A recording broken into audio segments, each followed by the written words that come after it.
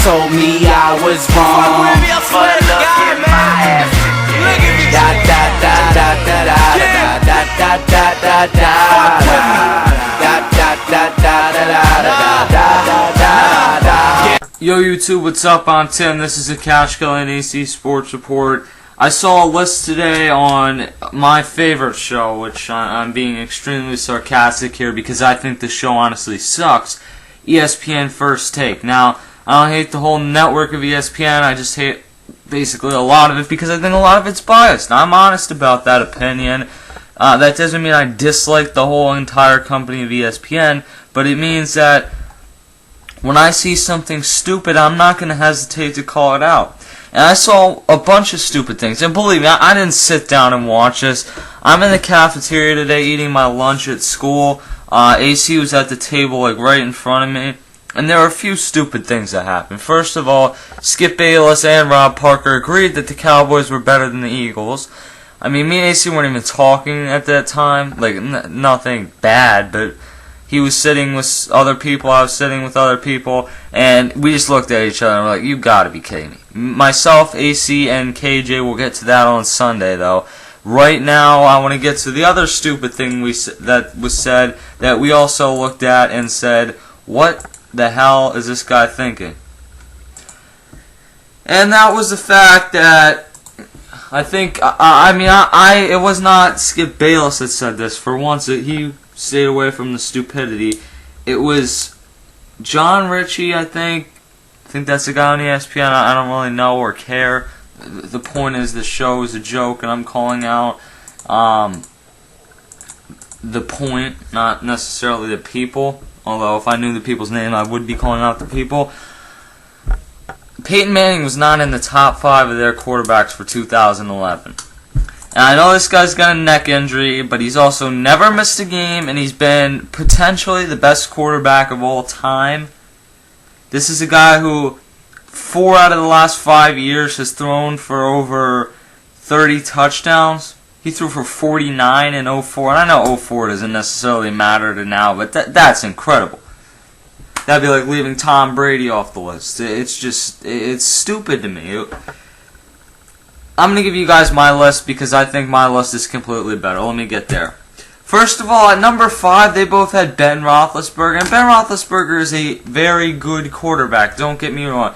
But people who want to confuse it and think that he's in the same league with the people on this list, I wouldn't put him there. I'd put him at 6th or 7th best quarterback, but not in the top 5. And remember, before I get into this list, this is the top 5 for 2011. This is not a career achievements list, or the guy at number 5 would be at number 1, and that is Peyton Manning. I understand this guy's going through a neck surgery, but A, he did it before and came back and had a tremendous season. I think it was like 2 years ago. And B, this is a guy who's never missed a game, and if he misses one game, he misses one game. And then he comes back and he's still Peyton Manning. I don't see any reason why this guy would taper off after 2 seasons of throwing 33 touchdowns and about 16 picks. I understand he has some neck issues, but this is one of the greatest quarterbacks to ever play the game. He's got tremendous weapons, unfortunately, and they're going to have to get him a running back if Joseph Adai can't prove to be a legit weapon because he is getting older, and he has slowed down maybe a little bit in terms of health, but he's still never missed a game, and I honestly would not expect him to do it because over the past 4 years, his yards per season have gone up every single season, and this is a guy who wants to be out there. Him, Brett Favre, they're all the same mold that you got to pull them off the field for them to get off the field. They're not just going to walk off the field, and I think week 1, Peyton Manning's going to be out there. I do. He's got the weapons of Pierre Garçon and Austin Collie, 2 guys who I personally think he made. Dallas Clark, that one's debatable. Jacob Tamme, who he made. Reggie Wayne, who's just a straight-up boss. And I'm probably leaving somebody out, but I mean that's a pretty good list of weapons he has there. Unfortunately, with this defense, you have some questions. Obviously, you have Brackett, Mathis, Dwight Freeney, but secondary-wise, there are some questions, which is why I'm not necessarily putting them in the Super Bowl discussion, but he's a top 5 quarterback, no question. At number 4, another guy that I think people are somewhat overrating. But then again, he's number 4 out of a list of 32 quarterbacks. That is Aaron Rodgers. This guy's a beast, but he has a ton of weapons around him. And the thing to remember is that this season, he's going to be getting his starting running back, Ryan Grant, back, so he might lose some of the throws that he made last year. That's a thing to remember. Also, he might make some shorter passes to Jermichael Finley. All in all, though, he's got a tremendous shot, and I think he will win a second Super Bowl in a row. I'd put him right in the MVP race. I'd really put all 5 of these quarterbacks I have on this list in the MVP race. But as for Aaron Rodgers, I think he's due to have another huge season. Really, if you look at what he's done over the past 3 seasons, he's been a beast. Even in 08 when the Packers sucked, he threw 28 touchdowns and 13 picks. This season after that, 30 touchdowns and 7 picks. Last year, 28 TDs, 11 picks. You want to talk about all the weapons this guy has. Donald Driver, and even if Donald Driver slows down, talk about the guys that they surrounded Donald Driver with. Jordy Nelson, one of the most underrated wide receivers in the NFL. Greg Jennings. The list goes on. Jermichael Finley. You got a ton of talented wide receivers on this team. Tight ends. You got a steady line. Ryan Grant's going to help. He's not an elite running back, but he's a very good running back, and I only think he's going to help. At number 3, you got Drew Brees. Drew Brees, I think people are forgetting how good this guy is. Obviously, last year he had a down year with the picks, 22 picks, but I expect, especially with the addition of getting Pierre Thomas back, and also getting Mark Ingram, who I think will be an improvement. It should open up the passing game. He's still got a ton of weapons. Not Jeremy Shockey anymore, but he's got Colston, Devery Henderson, and the list goes on for the weapons that this guy has. Not to mention, he has a pass-catching back out of the backfield in Pierre Thomas, but a guy who can also run. This is going to be a team that's going to be able to mix both, and that should be a good mix to make Drew Brees successful. At number 2, well, I would normally put this guy at number 1. I think he's probably one of the top 5 quarterbacks of all time. That is Tom Brady. Tom Brady last year, hands down, deserved the MVP. 36 touchdowns and 4 picks. As I am reminded often by the Tom Brady fans, which there are a lot of, Tom Brady last season he was the unanimous MVP. That being said, people do need to look at a few things. First of all, Tom Brady's 34. I wouldn't consider that too much of a obstacle to overcome. But the thing is, Tom Brady, I think, is right near the end of his prime. And you don't know if you're going to get the last 3 years that he's been healthy. Obviously, he missed 08 mostly with the, I think he tore his ACL or something in his knee. He's been even better than we were used to. Prior to him leaving, you talk about 26, 27 touchdowns, 14 picks. The last few seasons, you're talking about somewhere between, or the last 3 seasons. I mean, you got some outliers, but something like 34 touchdowns and like 7 picks. I mean, this guy has been on a complete other level. I think being in the system he's been in so long has allowed him to open up new things. He's got a genius as a head coach. He's had 2 tremendous genius offensive coordinators in Josh McDaniels and Charlie Weiss. Obviously, they both sucked as head coaches, but they were tremendous offensive coordinators. He has had some weapons around him obviously, 07, you want to talk about a stacked offense. But, even now, also like Peyton Manning, he doesn't have this elite running back, but he's got a guy like Danny Woodhead out of the backfield who can make catches. I believe Kevin Falk is still there. Chad Ochocinco, everyone's panicking. This guy's going to figure it out somewhat there.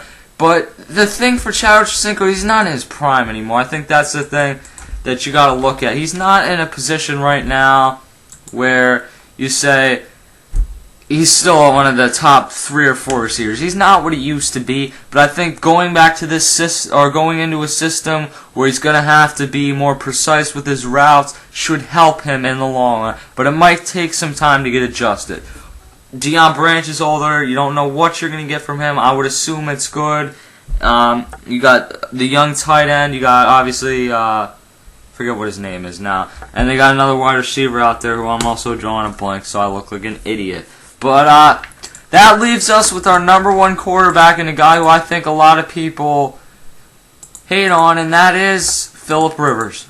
The guy who I picked to win the MVP this season. Again, this is not a career accomplishments list. This is a here and now, and I think this guy is bound to have his best season of his career, and here's why. He's 29 years old, entering his prime. He comes back with a team that looks to be a little more revamped. You talk about having Vincent Jackson in there the entire season this year, rather than just having him in there for the 5 games. Same goes with their left tackle, Marcus McNeil, which should open up the game for Ryan Matthews to run the ball much more effectively than he did last year. And if it's not Ryan Matthews, it'll be, why can I never remember this guy's name? He used to be the fullback, I'm pretty sure. But, Jacob Hester, there it goes. I think that will help him. But, I mean, this guy was on a completely different level last year without Vincent Jackson for most of the season, with a banged-up Antonio Gates. This guy was the complete package last year. If you go by who you would take off the team that hurts the team the most, you might have said Phillip Rivers could have been the MVP last year. I think maybe Tom Brady's still a step ahead of that, but Phillip Rivers certainly pretty much did it all for his team. This is a team that had the number 1 ranked offense in the NFL without much of a running game. So you can tell how much Phillip Rivers did, and imagine adding Vincent Jackson, a top 7 receiver in the NFL, in there. Imagine having Antonio Gates, hopefully more healthy than he was last year. Never get that guy in fantasy, ever. And I believe, and I think most people believe, Ryan Matthews will have a much better sophomore campaign. So you talk about all the people that Phillip Rivers is going to get back. I think he has even less pressure, which should allow him to perform. And I think the Chargers are becoming a dark horse candidate to maybe do something in the AFC. Super Bowl, I don't see it, but this is certainly a team that I could see surprising a lot of teams. They could beat a Patriots if they got the right day. I mean, it's all about being the better team the day you play them. And I'm not saying that just to slight the Patriots, because I really am indifferent to the Patriots. But I'm saying that as you could see him beat the Colts, the Patriots, the Jets, really anybody. Because when you have this type of quarterback and you don't know what you're going to get out of the running game, but maybe it will be effective enough. Phillip Rivers has not been nearly as unclutch as people like to give him credit, or I guess that's not credit. You want to talk about Nate Kading there, and someone who never got the blame for being unclutch, but always seemed to be hurt in the wrong games, LaDainian Tomlinson.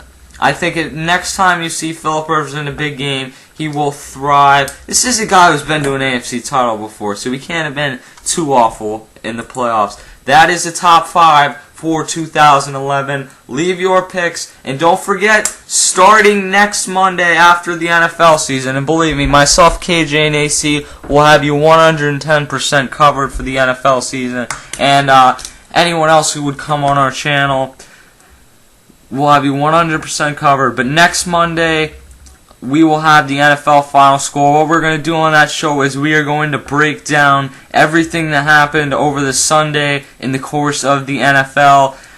Break down any controversies that may go on. For example, last week after Week 1, we broke down the quarterback controversy between Michael Vick and Kevin Kolb. Obviously, we were wrong. I was wrong. AC wasn't in that video now that I think back. But you get the point. It gets a lot of views. And Saturday, I'm not sure if Mr. Batch is going to be in the picks, but if he is, that'll be nice. If not, it will just be me or AC or me and AC. One of those combinations. We are pumped for NFL season. We'll also be covering a lot more college football hopefully this season. I'm going to try and make some time to watch it.